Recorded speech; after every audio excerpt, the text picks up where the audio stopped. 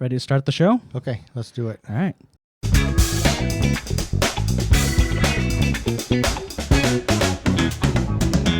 All right. Welcome to My Dad's Movie Podcast. I'm Mick Johnson. I am the dad. And you hit like a what? I said what? A girl. Sorry. I'm not sure what that meant, but It's from the movie. my son Tabor, Hey, who's usually with me, but might not be for long. yeah. And also, we have a guest on, Alek Jetsel. Perfect. Is that right? Yeah, Alek absolutely. Jetsel. Very good. So, Alek, you're into making movies and stuff. In fact, I think the first time I saw you, I may have seen stuff you did before, but the first time I saw you, what were we at? A Cody Newton thing. Yeah. Idaho Film Family Festival, I believe. Yeah, and you had put in a movie or a short. So what were you doing? What movie were you doing? So I've actually participated for the last 4 years. I did my first 2 years with Dylan Hamer. I was on his team. Oh, okay. Dylan, yeah. So the first thing you might have seen was Man in the Hat that we did a few years back. I was in that and wrote that. That seems familiar. And then I did writing the second year we did it together. And then the last couple of years I've done a team myself. Nice. So I don't know what was the first one you saw? Did you see Man in the Hat? That sounds familiar to me, but Man in the Hat was the one that was in the laundromat. It was in correct? a laundromat. yes. It was silent. Okay, now I Yeah. know I saw it. Yeah. Yeah. And that was the year you guys did Fubar, is that right? I believe I that think was so. the year. Okay. Yeah. I think that was Cool. FUBAR year. Yep. So what's this last one you just did? This last one we did, it's called Side Hustle. Okay. Yep. And that was the underground fighter that moonlights as a rideshare driver. Right. Yeah. My wife and I, we went to that event, and we both of us really liked your movie. Cool. So- I'm glad to hear that. You got at least 2 thumbs up on that one. So Good. Yeah, no, I loved that. I thought it was super atmospheric, and it reminded me so much of Drive. Yep. Which is yeah. I'm a huge fan of that movie. So Good. Yeah. and when I watched that, I was like, oh, look at this. I mean, it was pretty to look at. I had a lot of fun with that one. I appreciate that. That's awesome. Yeah. I'm I glad thought to it hear was that. also really cool since we're local to Caldwell, Idaho. It was filmed in Caldwell. Yep. Idaho. The majority of it was. Yeah. Yeah. So I thought that was kind of neat when we were watching it. We would see stuff and we'd be like, hey, Yep, I know where right that's there. at.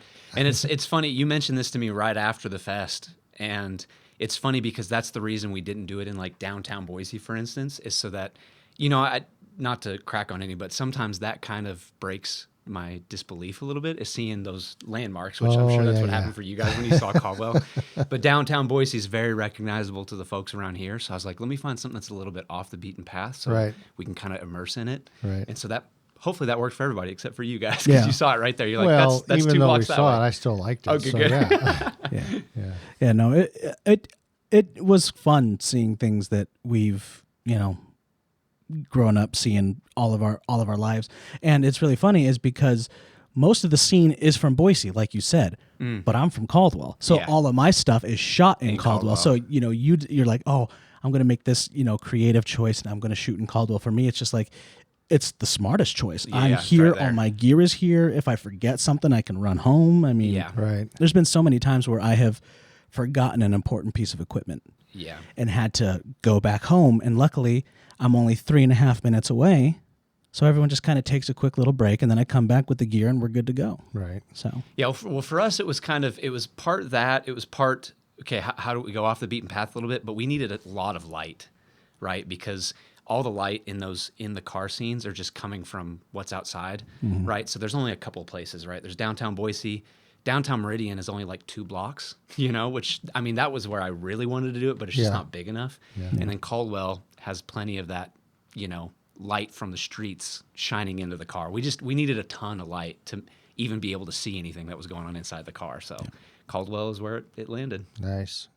yeah. And I thought it looked, beautiful, but I'm biased because I love downtown Caldwell. So, it was a little bit of bias, but I do think it looked really good. And it did like I told you after the festival, it really felt like Drive and Fight Club to me. Okay. Mixed together. Yeah. And you said Definitely. Fight Club wasn't an inspiration. Well, so the opening scene is Sure. it's it's impossible not to think about Fight Club when you're making it, especially when you're like, should I take my shoes off for this? And then you're like, oh, one of the rules of Fight Club is no shirt, no shoes. Like, Right. okay, I got to go barefoot, right? So obviously you got to think about it a little bit, but cinematically, that wasn't really one of our inspirations. The other big one besides Drive was Collateral, Michael Mann's Collateral. Yeah. I have seen tons of clips of that movie, have not seen it yet. It's the bomb.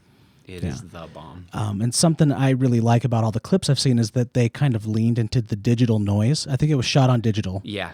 It was one of the first few films that were like fully shot on digital. Yep. And it had a lot of that digital noise, which is something of an artifact that a lot of people don't like, and they try to get rid of it. But I thought it lended perfectly to the atmosphere and stuff like that. And I thought it looked really nice. Yeah, that's something that I came up in my research too, because limited by the tech that we were using, I was like, okay, it's probably going to be impossible for us to get rid of all of that digital noise. But if Michael Mann can do it in Collateral, then maybe I have permission to do it too. You know what I mean? Sure. So I try to lean into some of that digital noise as well. And I'm glad I appreciate you saying it looks so good. Yeah. And the thing is that I think filmmakers would get a little snobby about it, but I think the audience, and that's who we're making these things for, is for the audience. Yeah. They're not going to see, oh, look at all that digital grain. What is he thinking about that? It's, and in fact, we're seeing this with film grain, where people are seeing film grain again because we're putting it in digitally. Yeah. Well, yeah. And everyone's like, oh, that looks so nice. And they're kind of turned on by it, right? Yeah, they like it. It looks good. I kind of like seeing just a little bit of that. It's almost comforting. Yeah. To see a little bit of that. So. Yeah. Because, we've been watching a lot of movies for this podcast, and a lot of stuff is stuff that my dad grew up on. And I'm watching it on Amazon, and Amazon is getting all of these really good restorations. They look beautiful on it. Like, I hate watching stuff on Netflix. But watching stuff on Amazon, it looks incredible, just nice and crisp, and you can even see the film grain still, and it's now, really... This episode is being brought to you by Netflix. Yeah. Hey. We love you guys. Yeah. Yeah. So what are we talking about tonight? I think we were talking about A Knight's Tale. A Knight's Tale. Yeah.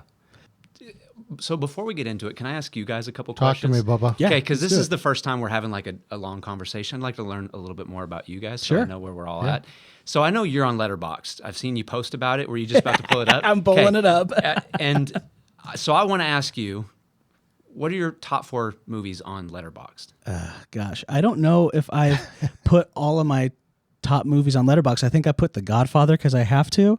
Okay. And then I'm like, I'll get to the others so later. on your profile, it gives you a slot for like your Rushmore, like your 4. Yeah, What do you so- have in those slots just currently? So I have 2 movies currently. Only 2 in there. Okay. Only 2 right now.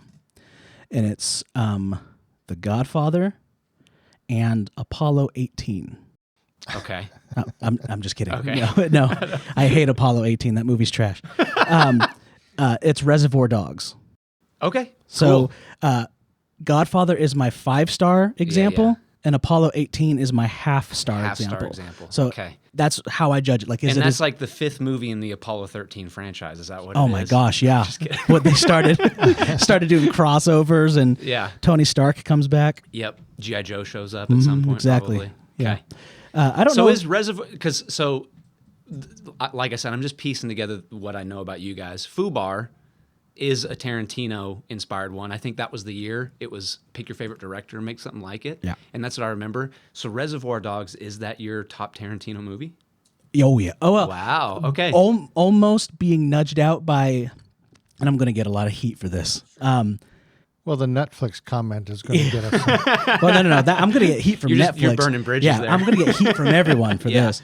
My favorite, my almost top favorite is Once Upon a Time in Hollywood. Okay. Great movie. Really? I love Great movie. that freaking movie. Every time I watch it, so it was like in the middle for me. Yeah. And like I would rank all my Tarantino, and then every time I watched it, it would knock another one further down. Sure. And it was just like going door to door. Like, have you seen that meme where Yeah, with death, the Grim Reaper. the Grim Reaper's going door to door? So Yeah. like Once Upon a Time in Hollywood is just taking all of these Tarantino movies and Yeah. just knocking them further down.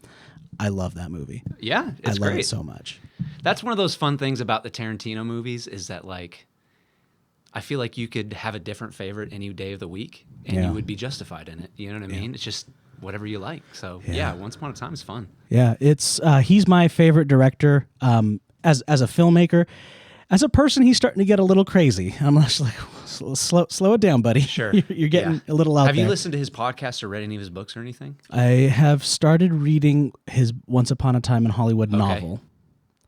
It's awesome. I loved what I read so far. Yeah. And it's just filling in all the gaps that aren't in the movie. And then I've listened to a little bit of his podcast with what's his name? Bender? Lawrence Bender? Is that his co-host? I thought so the episodes that I've listened to have been Roger Avery. Okay, that's who it is. Okay. Yep. Yeah. Who helped write Pulp Fiction. Yeah. Yeah. Which, and they've been buddies for a long time. There was a little controversy about that too. Yeah. But that's not what this episode is about. So can I make a recommendation to you? You may. Are you a Spotify guy? Are you a Apple Music guy? I'm on Spotify, and the podcast shout out is on Spotify. Okay, so, hop on Spotify, download, listen to Cinema Speculations. Okay. His other book, right? That's Tarantino's book? Yep. It's his, and it's basically just him telling stories of going to see movies as a kid. Right. Oh, wow. And so it like opens with him like showing how you went to movies a lot. And then each chapter is like a movie from like the late 60s through the mid 70s that he just loves to death. And it's just him talking about how it got made and everything. And it's a ton of fun if you're into film history. Or Quentin Tarantino. Yeah. And the nice thing is he only reads like the first and ending chapters. So if his voice is one of those things that like bothers you after a minute, someone else narrates it. But yeah, that's a great book. So let me alley-oop that into another question, if that's okay. Yeah, sure. Yeah. First of all, Mick, do you have a top 4 favorite movies?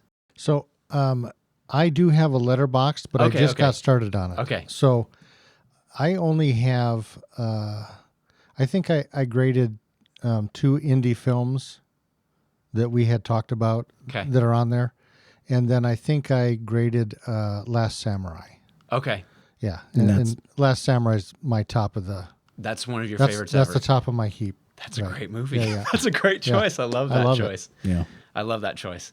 So, sorry, the next question I wanted to ask you, if that's okay. I'm not trying to take over or anything. No, you're doing good. I'm loving it. One thing that Tarantino mentions... Welcome to Alek Jetsel's movie podcast. Yeah. Sorry. No. I really don't want to take over, but no, I'm loving this is my favorite part, learning about you guys. He talks about, I believe it's, I'm spacing on which movie it is, Rolling Thunder from the 70s, right?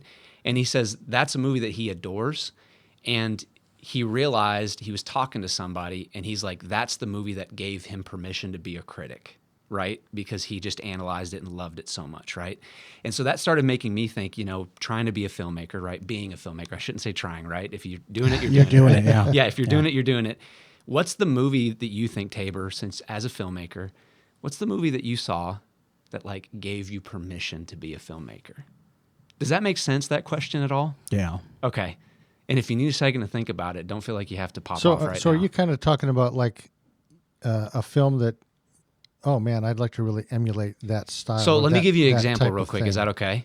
So, I did a lot of stuff for Side Hustle. I wrote it, I starred in it, I directed it, mostly out of necessity, right? I think writing is probably my strongest suit so far. Okay. And so that's what I geek out about, right? Like I listened to your episode with Dylan, right? Your first one you did, and you guys geeked out about lenses and stuff like that for like a half hour, and that's great.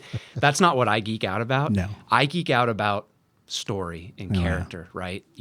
I read all these screenwriting books. That's the stuff that I really like revel in, right? Yeah. And so I think, what's the movie that gave me permission to be a writer? What's the movie that made me go, oh, I could write a screenplay, right? Not that I could be as good as that screenplay, but what gave me permission. And I didn't realize it at the time when I first saw this movie, but the movie In Bruges. Have you seen that movie? In Bruges. We know someone who has. Yeah. Okay. Nicholas over there in the other room. That movie is in my top 4, okay. Right?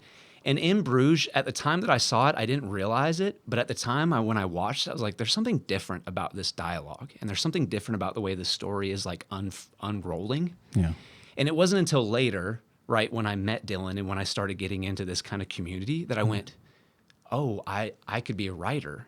And it immediately tied me back to In Bruges, And I feel like that's the movie that like gave me permission to be a writer, even though I didn't quite realize it at the time. Yeah. Does that make sense? Yeah. Cool.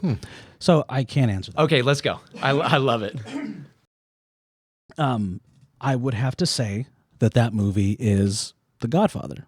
Okay. And so even though it is my favorite movie, it is also the movie that made me want to make movies. And I'll explain the long roundabout way of how I got there. Okay. Well, we have an hour and a half. Yeah. So I have grown up with movies my entire life. My dad loves watching movies. My mom loves watching movies. And they would always come up with these recommendations of things that we should watch. One day, my dad came home with a little DVD case that had the movie Thumb Wars in it. Thumb Wars? Yes, what a classic. It's sitting on our shelf Is over it really? there. Yeah. Oh, yeah. And we watched Thumb Wars, and it was like the Renaissance in the Johnson household. We were like, we had no idea that movies could be like this. It was this quick 30-minute short film that was just silly and goofy and absolutely ridiculous. And we loved it so much, and my dad had such a great time with it. And I guess it was a coworker that let him borrow it. And his coworker's like, well, if you like that one, you got to see the others. And we didn't even know there was others. So we went to Hastings before they went out of business. It was simpler times when Hastings was around. Oh my gosh, I miss those days. I know. And we found the entire Thumb movie collection. Yeah. And we plowed through all of those. And one of them that really stuck out to me was The God Thumb.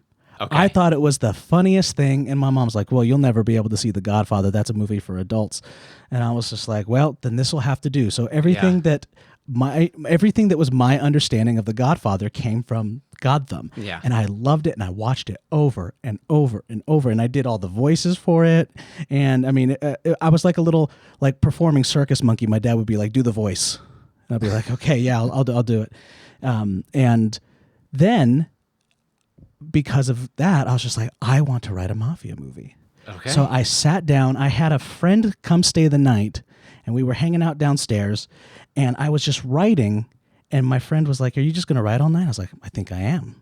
Like, I think that I have something going here. And he goes, all right, well, I'm going to go to bed. I was like, yeah, you do what you got to do, baby. And so I just wrote all night till like 5 a.m, and I wrote this thing that was this little mafia script. And I thought that I had written a feature film.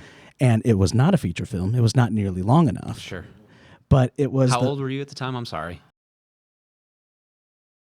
13? Okay. 14? Okay. Young. And so I wrote this thing, and I thought it was the greatest thing I'd ever written.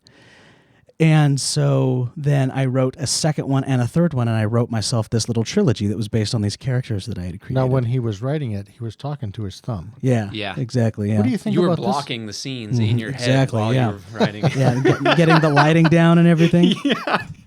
And so I wrote these 3 movies that, in the long run, would equate to a short film. Sure. For each of them, or if I smashed it together, it could have been a 90-minute feature. That's impressive for a 13-year-old. That's long.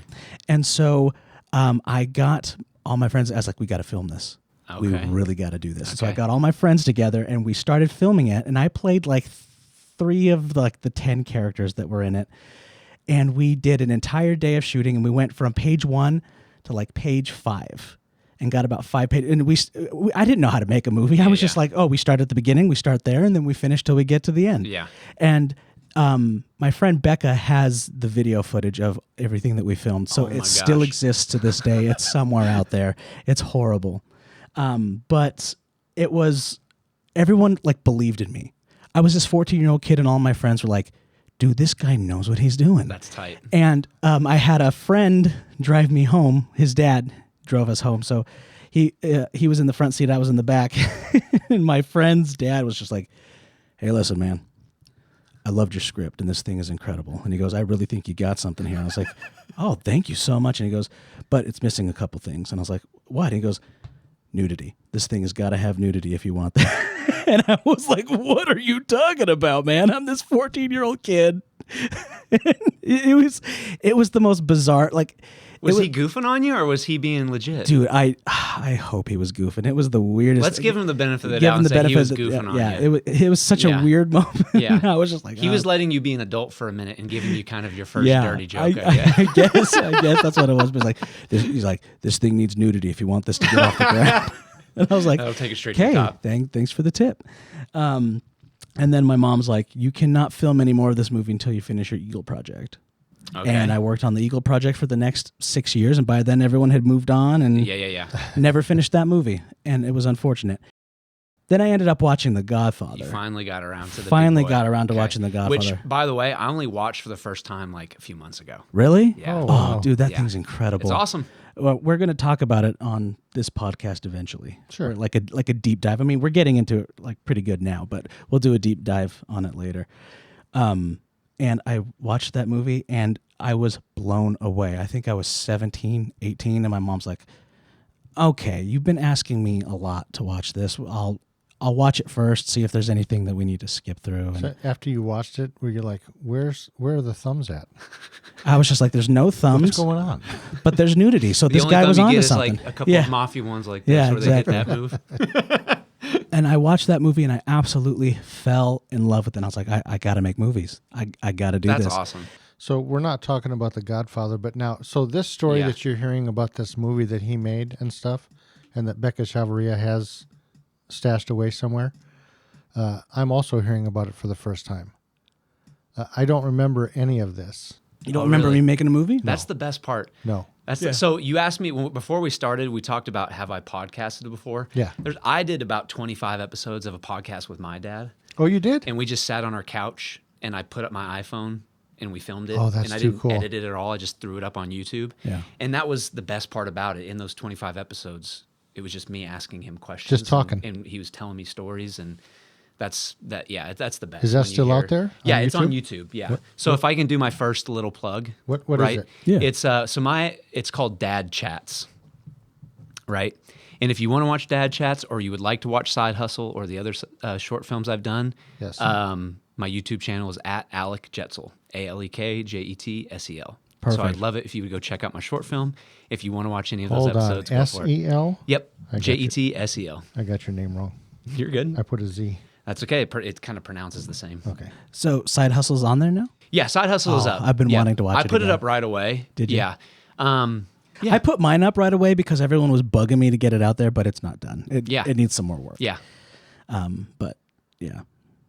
Well, when I find out about, when we have people on that have made shorts and stuff like that, if it's okay, I want to take that stuff and I want to put it on links on my Facebook. Oh, I would love that. Yeah. Stuff like that. Yeah, that would be, I would very much appreciate that. That's pretty cool. That's cool. Yep. I'm going to have to look up Dad Chats now. Dad Chats, it was a bunch of fun. We just kind of pivoted. We stopped doing those episodes because I started doing something else a little bit differently.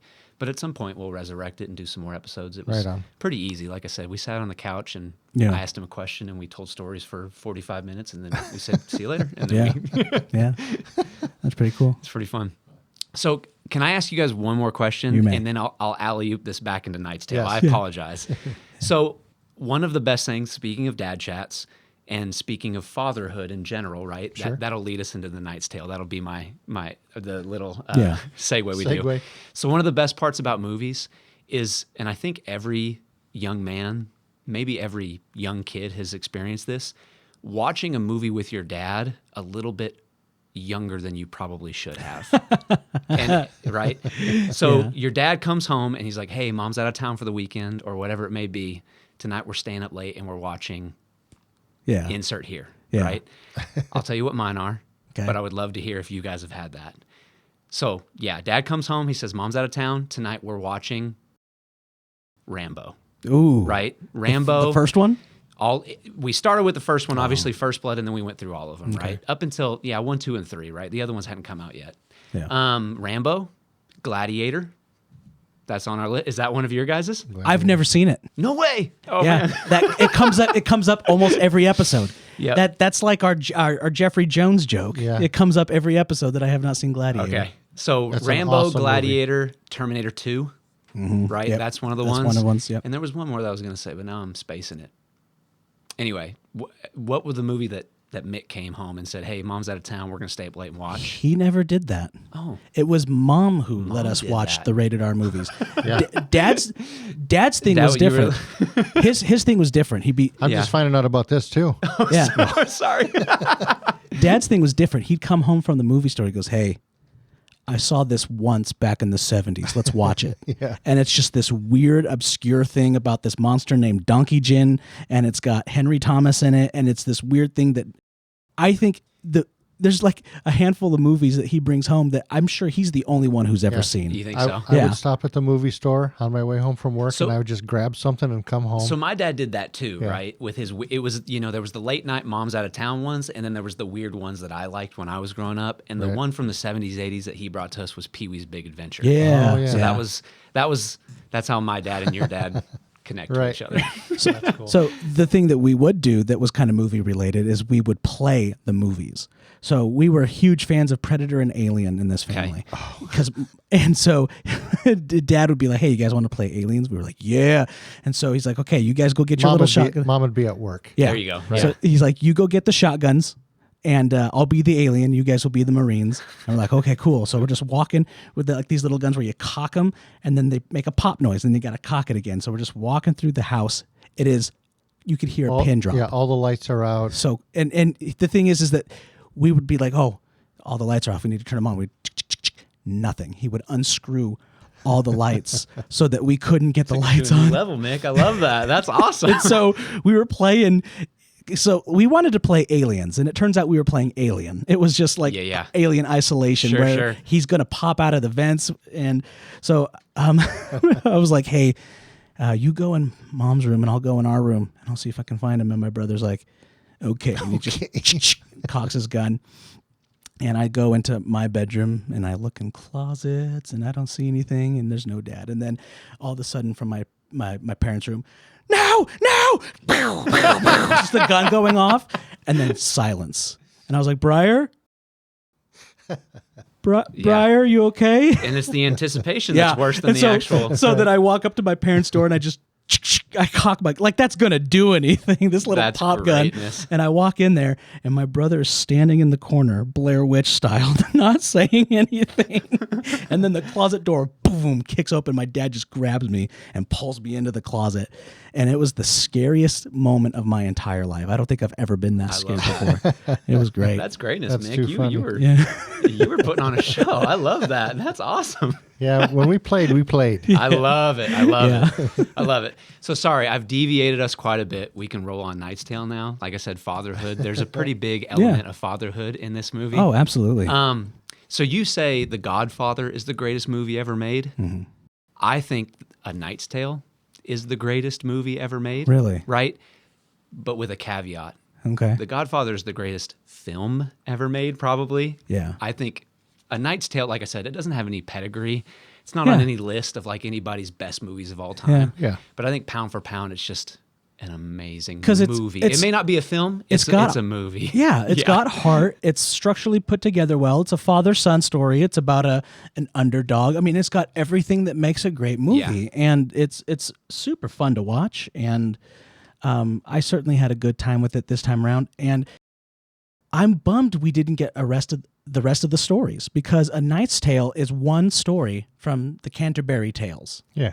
and it's about a whole bunch of people sitting around a fire telling stories. And one of the stories is A Knight's Tale.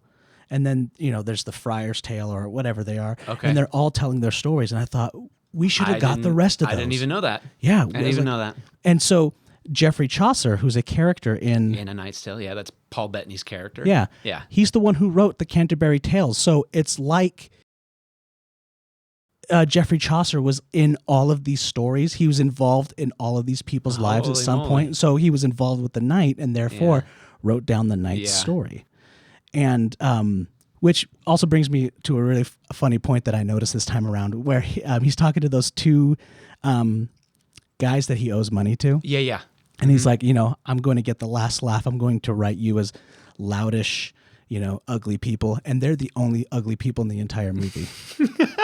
everyone else looks so is at least good. presentable. Yeah. Yes, they are so good looking. Like everyone is a model in this movie. Even the bad guy is like one of the most handsome men I've ever seen. But those two loutish guys, Yep. they're a couple trolls, aren't they? He got his, that's great. his revenge. Yep. You will be. You unclothed me for a day. I will unclothe you for an eternity. Yeah, and it's so funny. The movie is chock full of just the most amazing one-liners and stuff like that. So Yeah. I watched it just earlier today. Right, like I said, I don't have any notes. I don't know much about it other than what happens in the movie. And I have seen it a couple times, but it was a long time ago. Yeah. And I have not rewatched it since then for this podcast. Okay. So I remember some things that are going on, but not a whole lot about it. I do remember that I really enjoyed watching it. I thought it was a lot of fun. Mm-hmm. Yeah. So yeah. So what is it about it that you like so much? I mean, you're talking about Godfather, and this is this is in that. Yeah. So what is it about it that?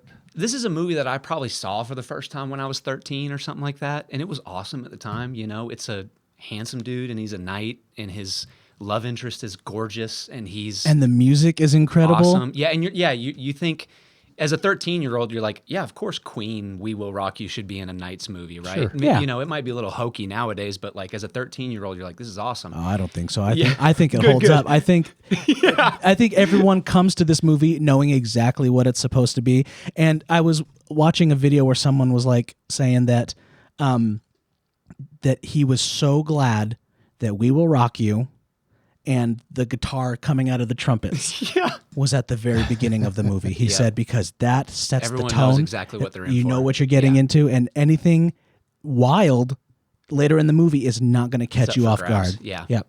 Yeah, so, you know, as a 13-year-old, it's just a cool movie. It's a movie that only in the last few years has like really made an impact on me, and I think it's, you know, being a little bit more of a grown man, right? Well, you look at movies differently. Yeah, as you get older, for sure. Especially also now that you're making movies and thinking about movies and writing movies, you're looking at, oh, okay, I understand something different about this now. Yeah. Yeah. Yeah, and so what do I like about it, right? There's a lot of different things. The first, like I said, is this fatherhood story, you know, is the idea that William's dad doesn't have anything to give him, right? And he says it's when he hands him off to the knight, he's like, this is all I can do for you. Yeah. Like, what an amazing setup. And then the like I said, I just watched it earlier today, so I'm just barely getting over my bleary-eyedness. This is a movie that really does like turn the waterworks on for me. Oh, yeah. You know? And the idea that, you know, a man can change his stars, right? Yes. A man can change his stars, and when he finally comes back to Cheapside, where his dad is still living, and he doesn't even know if he's alive, and Right. as William followed his feet back home, you know, it's like, and I think that's what makes me love Heath Ledger's character so much, this William, is that for whatever reason, and we realize it's because of this idea that his dad gave him, William just has this sense of destiny, you know? He's like, I'm meant to be a knight, you know? But he doesn't come from No, he's lineage. He doesn't come from nobility or anything like that. No, he's the son of a Thatcher. He's the son of Yeah. a guy who makes fishing nets, you know? But he has this sense of destiny that when the opportunity arises, he goes, this is the chance for me to take and to change my stars to become a knight, you know? Right. And all of that, like, you know, you could call it stubbornness, you could call it pride that he shows off throughout the movie. But when I watch it, I go, no, he knows who he is. Like, he knows who he should be. And he's not going to let that go, right? When the chance comes for him to run away, or the chance comes for him to, you know, forfeit a match, he's like, I'm not that guy. Like, my destiny is much higher than that, and I need to chase it, you know? Yeah. And that, you know, as a person who's trying to make creative things, as a filmmaker, as a husband, you know, all those things in my life, I go, oh, I'm meant for something bigger, you know? Like, I just need to chase that, you know? Great movies, things that we really like and we remember, like what you're talking about, they are movies that we can connect with, and they mean something to us, right? So this is a message for everybody. It's not just, you know, him.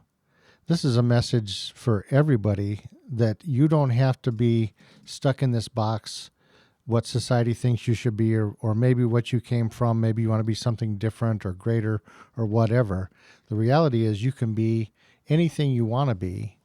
You just have to have the courage to do it. Yeah. Right. And it's, what the couple of points in the movie that make me cry is, number one, when he reunites with his dad, right? Oh, yeah. And the other one is when, a spoiler if you haven't seen it, William. We do spoilers. Okay. You're fine. He enters this jousting tournament, right?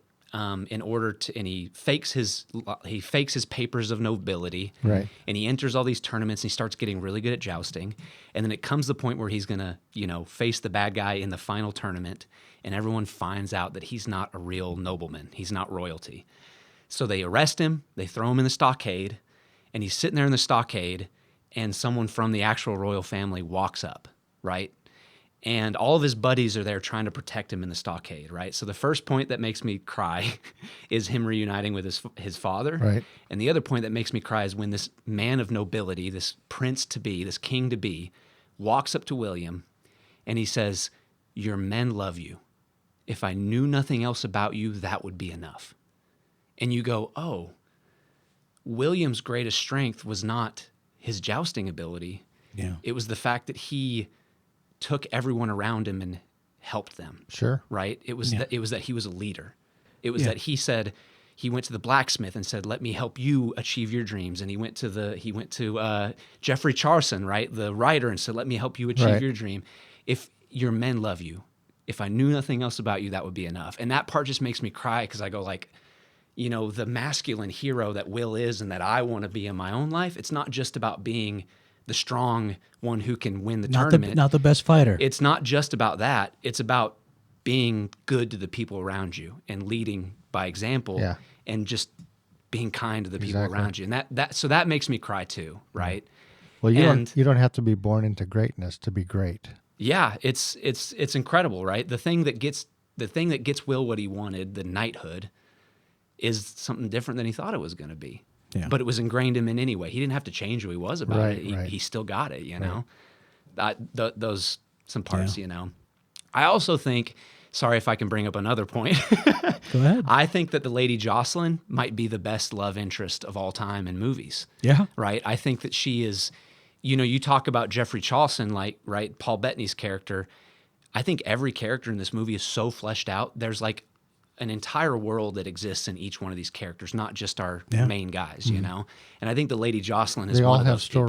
They all have stories. You can tell, right? Yeah. That's one thing, when you talk about the Coen brothers, for example, that's something that is always brought up in the scripts of the Coen brothers. You're like, each one of these characters feels like they're the main character in their own movie, right? Yeah, right. Yeah. And I feel that way about A Knight's Tale as well. Like the Lady Jocelyn, I think she's so incredible because she demands so much of Will, right?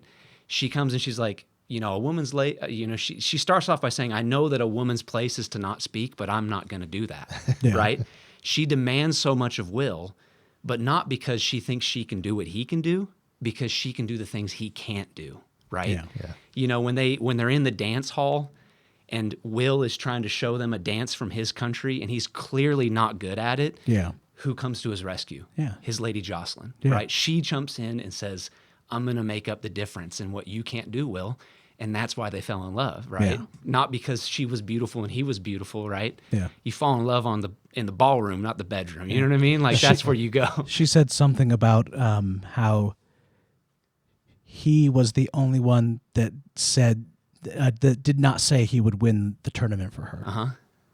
And so it just shows that he's kind of a different person, and she recognizes that, and that's why she falls for him, is because that's why they fall for each other, is that they're both different than what is typically, what is typical of the time. Yeah. Yeah.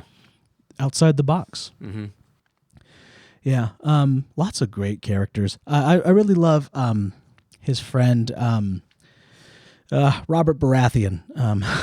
Is it Roland? Is his name? Okay, Roland. Yeah, because there's Roland, and then Alan Tudyk plays Watt. Yeah. Okay, so you're talking about Roland. Yeah. Okay. When I watched the movie the first time, Watt was my favorite. Yeah, of course. And then this time around, I really liked Roland. And it also helps because of Game of Thrones, him being in Game of Thrones, and kind of just him returning to that world of A Knight's Tale, because knights, armor, fighting, all that stuff, but he's a totally different person in this than he is in Game of Thrones. He's sweet, he's a fierce friend and stuff. Well, I guess he was a fierce friend in Game of Thrones, but he wasn't nice.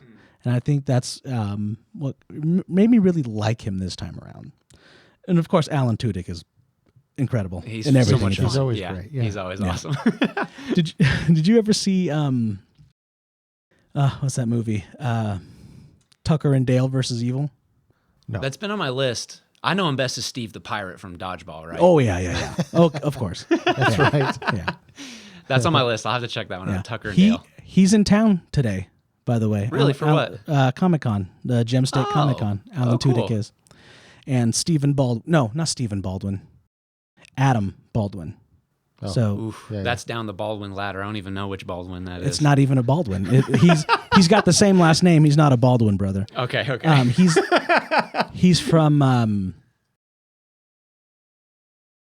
Full Metal Jacket. They were both in Serenity and Firefly together. Oh, okay. So I think that's why they're here is for Gotcha, Firefly. gotcha. But yeah, all the characters are so fun. You have the blacksmith, who is actually Lydia from Breaking Bad. So it's so cool seeing. Oh man, yeah. It's so cool seeing all these people who were just these smaller level actors who went on to do bigger, better things, and then you come back to this thing and you're just like, oh wow, this changes this perspective of. You got Alan Tudyk, who is in Resident Alien now. Yeah, and he's Firefly. He's in everything. I mean, he did. He does a lot of voice work. He did all the voices for the horses in this movie. Oh, nice. For real? No, no. But I did hear that they don't encourage this. But I did hear that they used coconuts. For the hoof prints, like they did with Monty Python. Yeah. Monty Python's done for a joke, but this was just like, oh, it really does sound like works. that. That sounds really good. So that scene where he rides the horse into the church, that's when they used the coconuts. Which, by the way, might be the best cinematography moment of the whole. Not the church, the second church one, where they do that long pan. Right, the church is just kind of this long hallway, and it's this one take. Yeah. Like I said, I don't geek out about cinematography as much as I do about story, but that is one thing I notice as kind of a filmmaker now. I was like, oh look, they just kind of pan down this church hallway, and I just hit the mic, No, you're fine. and they go back and forth. Like that's one of those like chef's kiss moments. And the thing is that I've talked to Cody Newton about this a couple times, where we talk about editing, and they say it's really weird that they give awards for editing, because the person who does the best editing shouldn't be noticed. You shouldn't notice the editing. It's supposed to be like a hidden hero. And sometimes cinematography is not like that, where you clearly see the cinematography and you're like, oh, look at all these beautiful things they're doing. Yeah. But then there's sometimes where, in this movie, it doesn't have to be fancy, because it's doing the job it's supposed to. Yeah. It's just there to tell the story. It's not trying to win any awards. It's just, how am I going to tell this story the best with the camera, where to put it, all that stuff. And, even though you don't walk away going, wow, the cinematography in that was incredible. Yeah. It still makes you feel something. And, a lot of it is the writing. The story is very, very important. But a lot of the camera work is secretly helping you feel these things. And if you had this incredible story, but the camera work was trash, or like the sound, you have no idea how important sound is in a movie. Yeah. Yeah. The music is moving things. Yeah. And sometimes you don't even realize that you're hearing music in it, but it's in there. And it's moving things along. Yeah. Yeah, this movie does a lot with like swells and its like score, and it's used really, really well to, like you said, kind of instill an emotional response in you, Yeah, but even the sound effects, like music aside, you have clashes of armor, like just the sound of someone walking with armor. You wouldn't even think about but when you're in the editing bay making a movie, and you hear how little sound your movie has, whoa. That's an experience. Yeah, sound is hard, man. It's very hard. And there's always like, especially when you get done with like a project, like I got done with Side Hustle and I was like, man, I spent so much time putting sound in this. And then you go watch your first movie after you're done editing and you're like, I didn't put nearly enough sound in it. Right. Or, you know, you watch like a big budget Hollywood deal and you're like, everything has a sound, Yeah, even the most minute thing, you know? You take it for granted because it's so subdermal that when you actually, like if you took The Dark Knight and took its timeline and looked at all the sounds that were in that movie, it would blow you away. Yeah. You don't know that half of those things are in there. There's like in this one that I just did recently, The Dinosaur, I had to come up with the sound of tires rolling on pavement. Mm-hmm. And I was like, who would even think of that? But when I see that car rolling up behind that character and there's no sound, no noise associated with it. Yeah, it's odd. yeah, it is very glaring, and you're like, oh no, there needs to be sound there. So that's what I'm working on The Dinosaur right now, is getting more sound into that movie. Yeah, and the best sound in this whole movie might be the splintering of the lances. You know, that was one thing that when I watched today, I was kind of like watching like how many times do we move to slow-mo and just watch those lances just shatter off the armor, apart, right? And blow apart, and the wood splinters everywhere, and you hear can hear every single splinter. Absolutely. It's so cool. Yeah. It's so cool. And like I mean, and I think that viscerality of it, if that's even a word, is it's the two dynamics of Will, you know. You've got the gentle part of him that's a leader and so good to his people. Right. But it is important that he is a jousting champion, you know. It's it's that masculine part of him that he has to be both of those things, you know what I mean? And he does them so well, right? And I think that's why, you know, this is the kind of movie that I watch and I'm like, I want to be Will, you know. It's one of those ones that like after I'm done watching it, I like legit have to go pray to God and be like, don't let me miss out on the chances, you know, like help me change my stars the way Will, you know. It's funny that, you know, I'm being a little corny and facetious over it, but legit, I after watching this movie, I'm like, please, Lord, don't let me miss out on the chance to change my stars the way that Will did. There's so many movies that I watch where I'm just like, man, that's inspiring. Yeah. And it makes me want to make movies more. And there's some movies that make me want to make movies because it is a character who's being inspired to do something. And then there's times where I see a movie and the character is not doing that, but the movie's just so good. I'm just like, oh man, I wish I like Nightcrawler. Yeah. He is a horrible person and he should not inspire you to do anything. Yeah. But watching that movie and how good that is and how that movie makes you feel, you're just like, ooh, I gotta go grab my camera and I gotta go make a movie. Yeah. And there's like there's so much room for both those kinds of deals, you know, because I love those movies as much as I love, you know, like you've got Nightcrawler, you've got your Popeye Doyle from The French Connection, right? These kind of like really abysmal dudes that make for a good movie. Right. Yeah. But if we're really talking like, you know, give it in my wheelhouse, Alek movie, it's a movie about a hero, you know, who's just like flawed, but figures it out. And he's a hero, you know, like that's the most Alek movie there is. That's funny. I'm a villain guy. I love movies of people like, I might have talked about this on the show before. I love Tales from the Crypt. Okay. I love bad people getting what they deserve. Sure. That's what the movies are not that way, but the TV show, every episode was about a very horrible person getting their just desserts, and I'm just like, so good. Yeah, I love it. Yeah. Like there's this episode where this woman kills her husband on Christmas so that she can get all of his money, like out of like a settlement for the life insurance. Right. And then this escaped convict dressed like Santa Claus breaks into her house and torments her throughout the entire episode. And you're just like, yes, perfect. Absolutely. But that's funny. Yeah. Justice. But I do, justice. I do like heroes, but I have so much fun with villains too. Like I'm a Darth Vader guy through and through. Yeah. The interesting thing about villains is they also have a story. People aren't just born the villain. Yeah. And if you, I mean, when you're watching a movie, you don't get to see why a villain is the villain usually, right? But if you get to know their story, and find out why are they the way they are.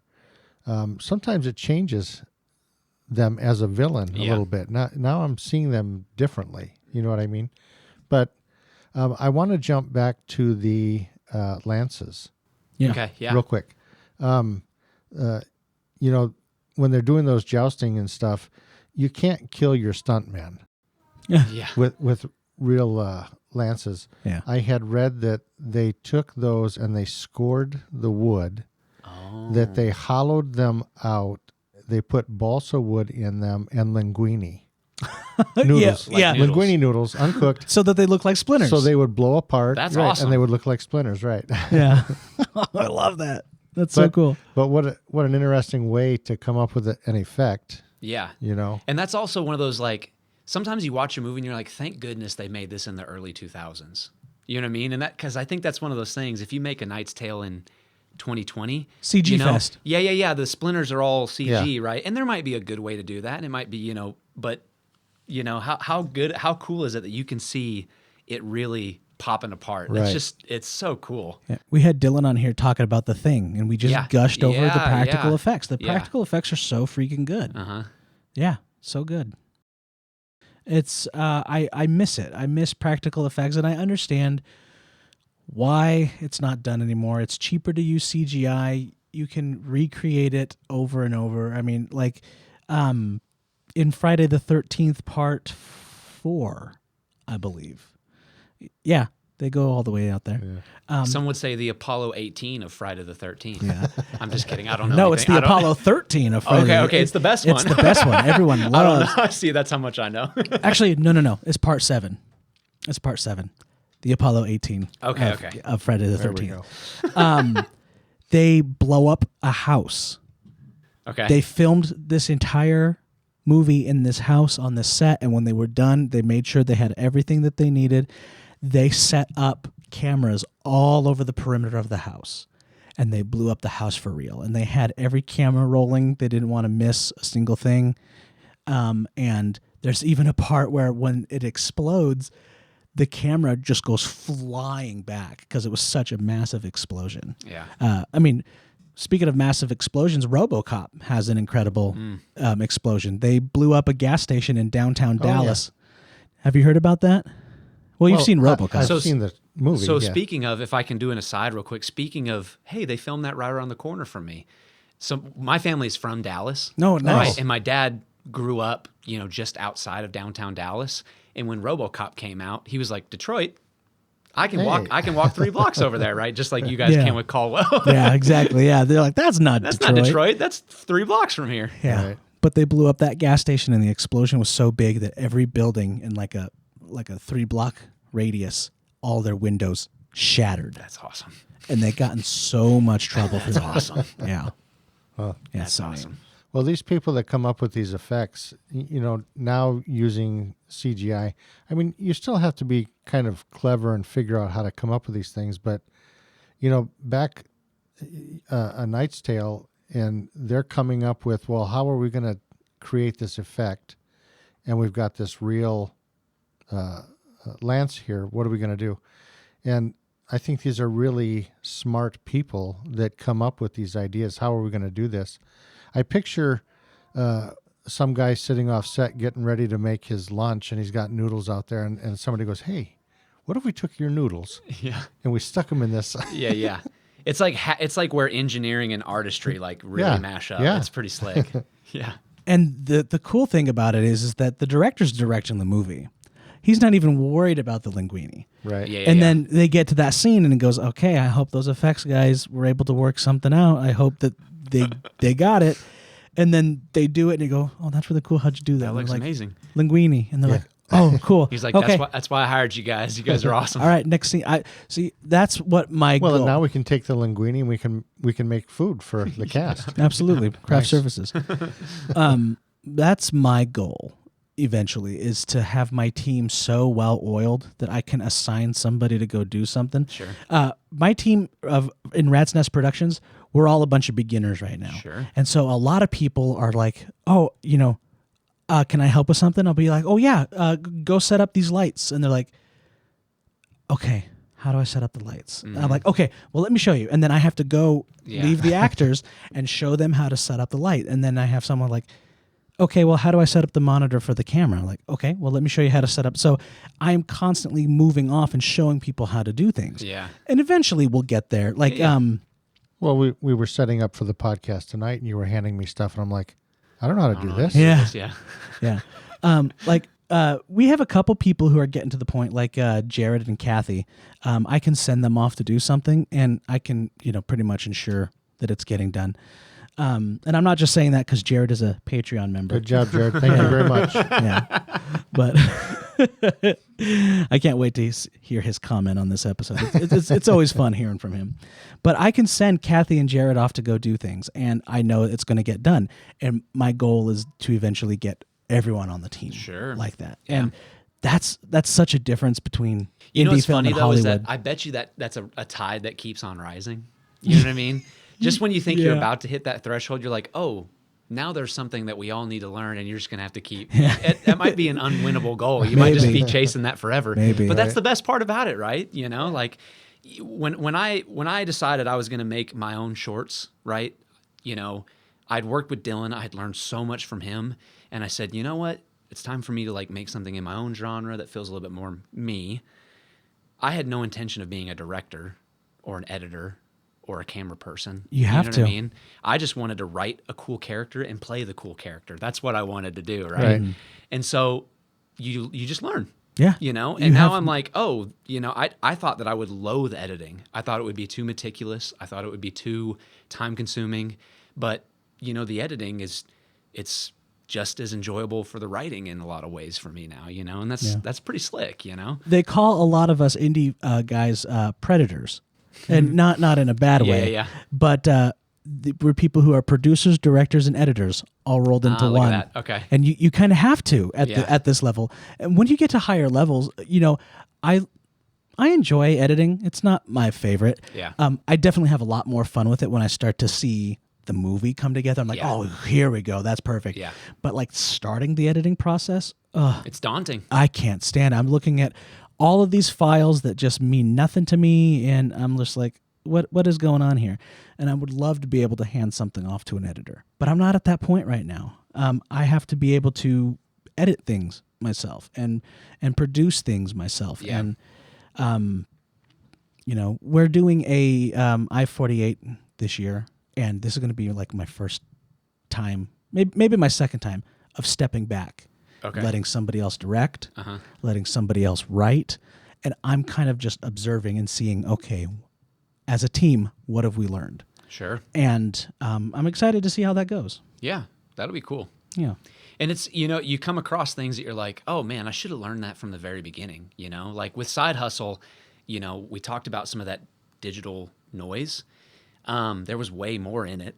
And I was like, this will never do. I can have some, but not as much as I'm currently getting, know? And so I had to do all this. You can't detract from what's going on. Yeah. So I was like, I got, I'm okay with some, but I can't have as much as I'm currently seeing. And I had to, research and find a denoiser to help me do it. And it clicked for me. I was like, oh, shoot. I remember seeing Dylan use this same denoiser tool on Man in the Hat a few years back. Should or would have been nice to know that before, but I had to learn it on my own, Right. It's something that, a guy who's as good as what he does as Dylan is, knows that stuff. And I'm sure he learned about it the same way that I did some years ago. Yeah. He started with nothing. Yeah. Yeah.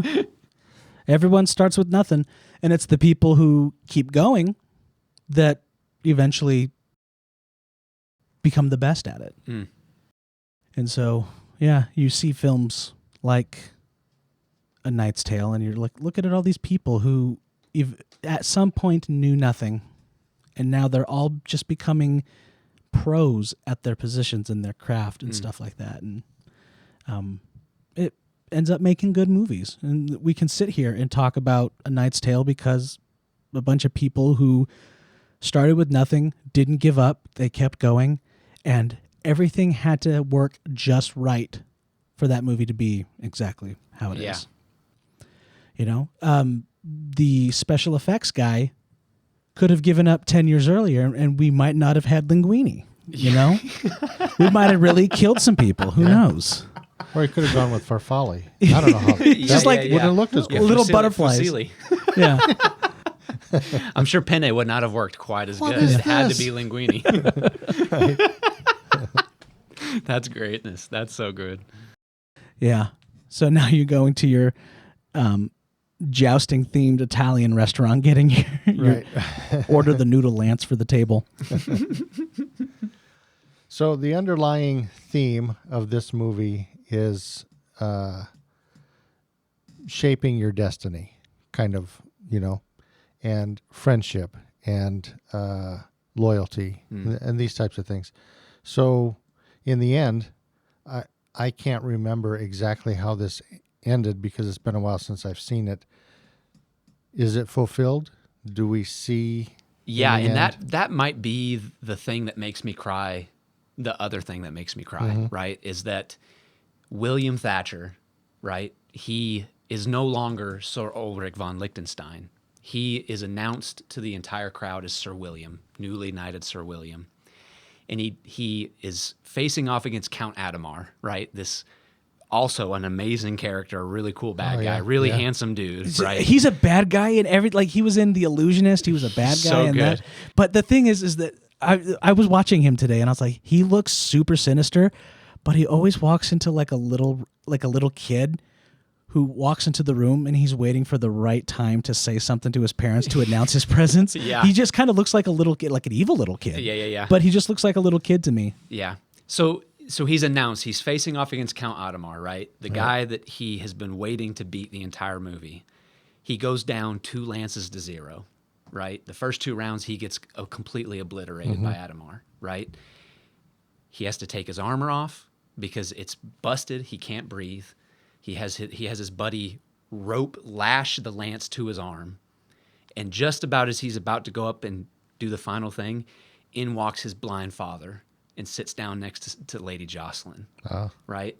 And the Lady Jocelyn goes, he can hear them chanting, William, William, William. Right. And Lady Jocelyn goes, that's your son.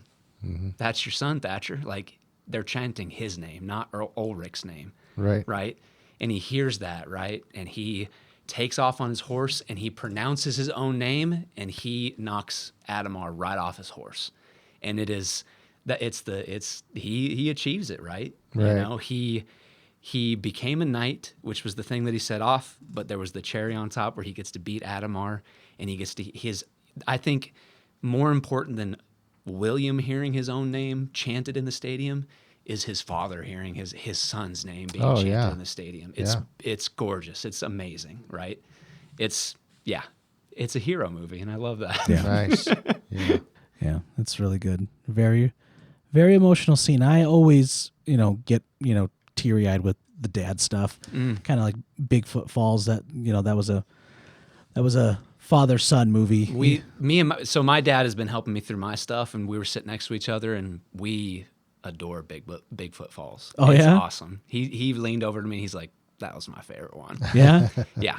Yeah. It's one of my favorite movies. It's the best. I love that thing. And But look, and look what it does. It's the best. It connects you emotionally, right? That's how it gets you. And I want to congratulate you guys on that, because there's a theme that I see in Bigfoot Falls and even with the dinosaur that you just did, and I really love that you guys do this, right? When you're writing a short film, especially something as short as 10 minutes, it's easy to go end it here and don't give a resolution, you know what I mean? Yeah. And there were drafts of Side Hustle where it was like, does he die? Does she die? You know what I mean? And so I really fought hard in the writing of it to get this resolution where there's some kind of redemption. You know what I mean? There's some kind of, not someone learned something. Someone is better than they were before, right? I really like that, right? A Knight's Tale. Yeah. And so I want to congratulate you guys, because I can see that theme in your guys' work too, with Bigfoot Falls and with the dinosaur, is that don't end it where it's the most. I think that's a very short film thing to do, is end it where it's the most bleak. Right. It's kind of justifiable because it's so short. So I love that you guys in your last couple of movies have fought to make it, hey, let's have some kind of resolution that gives people hope. Yeah. I really love that. Yeah, so that's cool. congratulations to you guys on that. The thing is that you can end it on a bleak thing, but even if it ends with a bleak thing, it still has to have a resolution. Yeah. It's maybe not the resolution that you wanted for the thing, but it still has to resolve. You can't just end something because you run out of time. Of course. And then leave things unresolved. There's lots of movies where using my movies as an example is Wrong Number. Wrong Number ends on a sharp cut, and you're like, what's going to happen? What's going to happen to her? Right. But she still receives that resolution, and maybe using a film that I did 5 years ago that maybe doesn't hold up anymore. It's not the best example, but there's tons of movies that end like that. Like you could even argue that The Graduate kind of ends.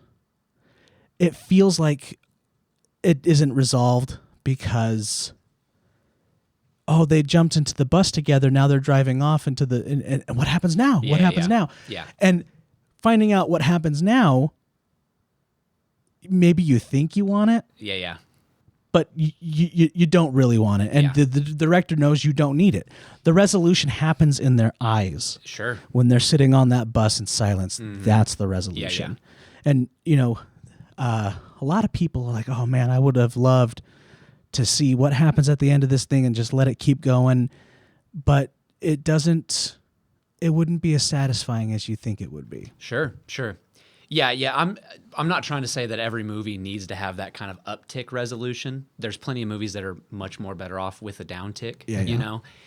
As I've studied short films, is what I'm saying. It's like very easy to kind of take that. You know what I mean? Right. Because it's more simple when you're writing it, especially with that short amount of time. Yeah. And so I always appreciate when I see someone really fight hard to get that uptick ending in a short film. Yeah. And so I like that you guys have done that a ton. It's a little easier to do in a 10-minute film than it is in a 6-minute film. We're getting ready to do that I-48, and I'm telling all my guys, I was like, hey, listen, don't think of this like an IFF film where it's got it's got 3 acts, a beginning, a middle, and end. You got to think of this more like a joke, where it has a setup and a punchline. Like that's the easiest way to do a 6-minute film is a setup and a punchline, rather than a rising action. Yeah. You get a little, that 4 extra minutes doesn't seem like a lot. No, yeah. But it is. Yeah, so I'm going to do the I-48 as well. And I know that, and I still go, yeah, but if I want to be the best writer I possibly can, you got to figure it out, Alek. You know what I mean? Yeah. You're like, I know that, and I can always fall back on that, set up punchline. But I go like, no, there is a way to get a 5-minute, boop, boop, boop, up and down, like a normal story structure. And so I'm always like, I have to find that like fine line between it, I want, like, hey, master your craft, homie. Like get down to the nitty gritty and figure it out. You know what I mean? Yeah. I'm always writing that line. Oh yeah, absolutely. Master your craft, homie. Yeah. Nice. Master your craft, homie. That's going to be that's going to be the tagline for this episode. That's right. Speaking of short films that are set up in punchline, I saw this awesome little Scandinavian short film. You might have already seen it, but it's this guy on his knees in the middle of this snowy bank, and there's this big, bald, mean-looking guy who's got a gun pointed to the back of his head, and the guy's got his hands on his head, and he's just like crying, and then he goes, boop, boop, boop, boop, and then the guy goes, the guy with the gun, mana mana, and they start like doing that song together, and then they get really going, and they're having a good time, and like the guy's no longer crying anymore, and they're singing this song together, and then they stop singing the song, and then the guy with the gun caps him at the back of the head. But yeah, that's even though that's a setup punchline, it still has a resolution, and it's short films are tough, man. They really are. But it's a learning experience. It's like a boot camp where it's fun. If you're forced to, of course you could tell this story in 12 minutes, but can you tell that same story in 6 minutes? That forces you to tighten things up and get really good with tightening the screws and telling a really cohesive story. Yeah. So, did you letterbox this movie? Oh, it's in my top 4. Is it? Yeah. Okay. Yeah. So it's a 5 out of 5. So you have a letterbox. I do. Perfect. Let's pull it up because this is if you don't have a letterbox, I usually pull up other people's reviews of this movie and talk about the movie Do itself. a spot check. Yeah, but since you have a letterbox, Yeah. we're going to go through your reviews and we're going to probably judge some of your questionable decisions. Okay. All right. So Because we're judgmental. I don't know what it's either A Jetsel or Alek Jetsel. So I don't know what my username is on that one. let's see if I can find it. And when I first got my letterboxd, I started going through and trying to judge stuff. And now I'm at the point where I'm like, I'm only going to hand out 4 and 5 star things because I don't like. You don't I like just being don't. harsh? No, I don't mind being harsh. I'll watch a movie and go, that was doo doo, and be done with it. Yeah. But I'm not trying. You to don't put spend the time going on to Letterboxd. It's hard too. Yeah. Like I don't. Okay, so here you are with A Knight's Tale in your top 4, Gladiator, Yep. Manhunter, and In Bruges. Yep. And Manhunter changes spots with 2 or 3 other Michael Mann movies. It's either Manhunter or Collateral or Heat. Okay. Those are interchangeable kind of for me. All right. So let's take a look at your reviews here. What do we got? You gave Fountain of Youth 2 stars. Yeah, I am a big Guy Ritchie fan. Big, right? I think if In Bruges gave me permission to be a writer, watching my first Guy Ritchie movie go, oh, this is a movie. You know what I mean? Like it's not just unfolding. There's lots of editing tricks in it. He has a lot of stylistic choices. So I'm a big Guy Ritchie fan. I don't love everything that he's done in the last little while. Me and my wife just went and saw In the Gray 2 days ago. Okay. His newest one that just came out. It was a bunch of fun, right? Not an amazing movie, but Fountain of Youth was doo-doo. I didn't like that at all. I did not like that movie. Does it say doo-doo on there? It says doo-doo. Okay. The new Naked Gun movie, 5 stars. Yes. Whoa. So we are big Naked Gun airplane family. We Okay. really love that movie. Obviously, the originals are untouchable, especially the first and second one. Yeah. I think that the Naked Gun the new one jumped up to a 5-star because the theater experience was so amazing. Really? Right? Like we all went to the theater together, me and my brothers and my dad, and we were laughing our rear ends off. The new one, Liam Neeson. Yep. Yeah. Okay. Yep. I've watched it since then. Nothing touches that first theater experience. So, 5 stars on that one because it really scratched that itch that I've been waiting for in a Being comedy. in the theater. The theater was the bomb. Gosh, it changes things, Yeah. man. True Romance, 3 stars. Yeah, There's a little too much Tarantino in this, you say. Yeah, I think I've learned too much about Tarantino to appreciate that movie. I think if I had seen it when it first came out way back when, I would have liked it a lot more. Yeah. I love it. Is it Tony Scott or Tony? Yeah, Tony Gilroy? Tony Scott. Tony Scott. So I wish the thing that I think I have the most beef with on True Romance is that Christian Slater's character is Tarantino. And he's just talking about movies the entire time. Yeah. And I go, oh, this is clearly Tarantino's first script. You know what I mean? Yeah. And that, because I've listened to his movies, I've watched his movies, listened to his book, it just kind of annoyed me. Yeah. I get that. Yeah.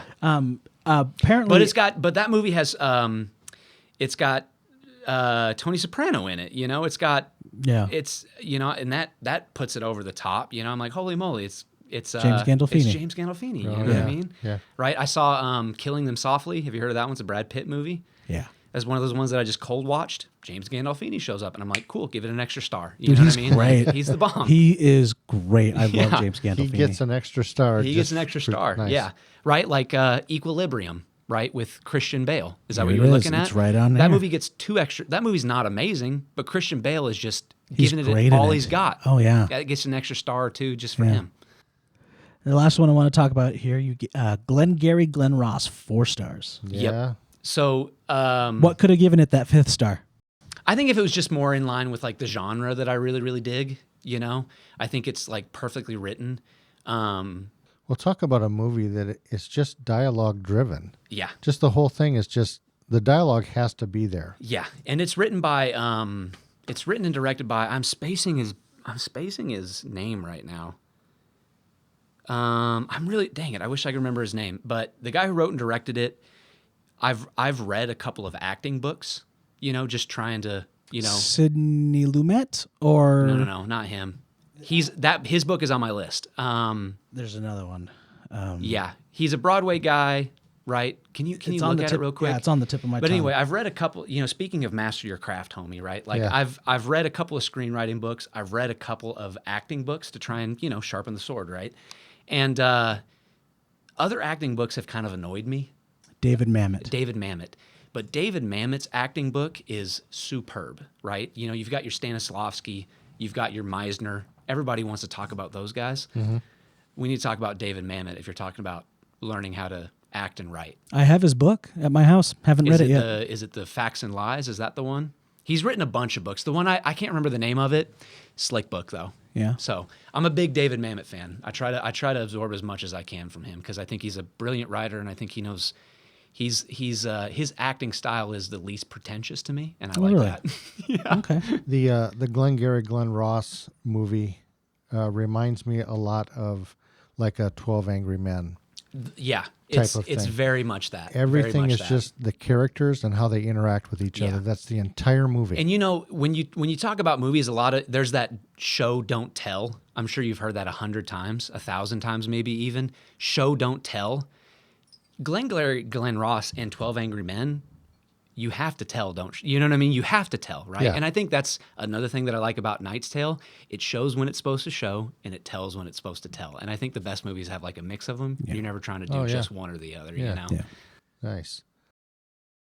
All right, so. We got anything else for A Knight's Tale? We want to, or we feeling good? Any final thoughts? No, I love the movie. I know that the director's done other cool things, but like I said, this is a movie that's kind of, it's removed from its pedigree. It just is what it is within the 90 minutes or whatever the runtime is. Yep. And I love it for that. And I love the emotion. Yeah. Yeah. The emotion pulls you. Mm-hmm. Every time. Yep.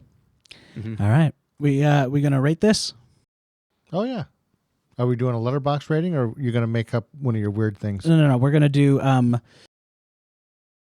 0 to 5 busted lances. Linguini Lance. Linguini there we go. The Linguini Lance. Well, I've already shown my hand. 5 out of 5 Linguini Lances for me. 5 Linguini Lances. All right.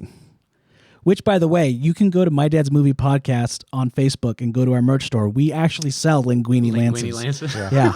So you can go get some of those. I got to get started making those. I got to run to the store. Yeah. All right, Dad. How many Linguini Lances does this get? I'm going to give this probably 4.5 Linguini Lances. Mostly because I really like the dialogue and the way that the characters interacted, but the emotional element, that's the type of movie, that's my kind of thing. Mm-hmm. I love the show that grabs me and just pulls me along with it. Yeah. So I will give this 4 Linguini Lances. I think this is an incredible movie. Now, have you cooked the linguine first or? Nope. This is you got to leave it raw. Al dente. Okay. Al dente. It's kind of sagging a little bit. You see, you got to throw the lance against the wall, and if it sticks, it's done. Yeah. Nice. Cool. All right. Can I just do a plug real quick while we finish? Do a plug. Of course. Again, I would love it if you would. Because I can edit anything out that I want. Yeah, so you say and whatever edit you want. it out. If you're like, Alek goes a little long in the tooth here. He is a little too full of himself. Feel free to edit it. No, I would love it if you would check out Side Hustle and Dad Chats and any of my other short films on my YouTube channel at Alek Jetsel, ALEKJETSEL. And then I do kind of a daily blog There's the of doo-doo thing Adidas and shoe fits. So okay. on Instagram. Wait. Say that again. So I do a video blog essentially where I'm a super big Adidas super fan. I'm wearing my baseball shirt and I've got some Adidas shoes on.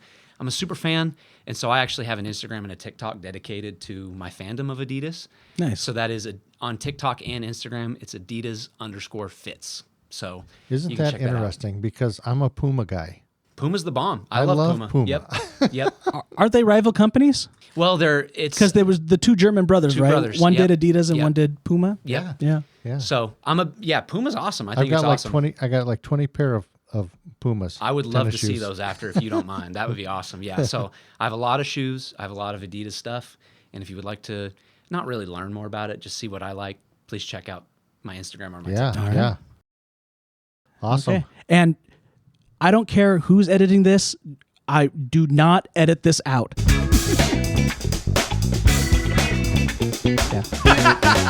Are we done? And we're gone. Beat you to it. That's great. All right. Oh, don't shut it off yet. I wanted to say, if you like what we're doing, like, subscribe, comment, and share. Yeah, absolutely. We're on Facebook, Instagram, Threads, and YouTube.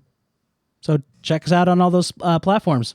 Alek, it has been awesome having you on. So much fun. Thank you for having me. I appreciate it, you guys. Nice. Yeah. So, Yeah. Also, as soon as we shut this down, we are going to go play Predator.